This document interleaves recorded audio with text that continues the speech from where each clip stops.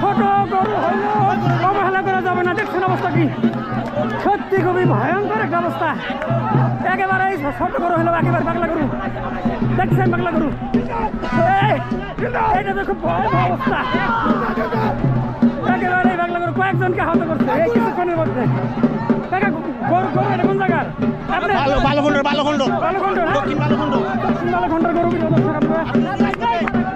গরু কি কিছু নাম রাখছেন নাকি? কালাসান প্রতি বছর খেলা দেখেন?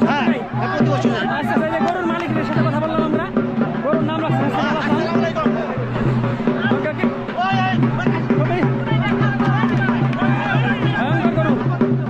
মাত্র কয়েকজন ভাড়া দিল। দর্শক দেখেন সেই আমাদের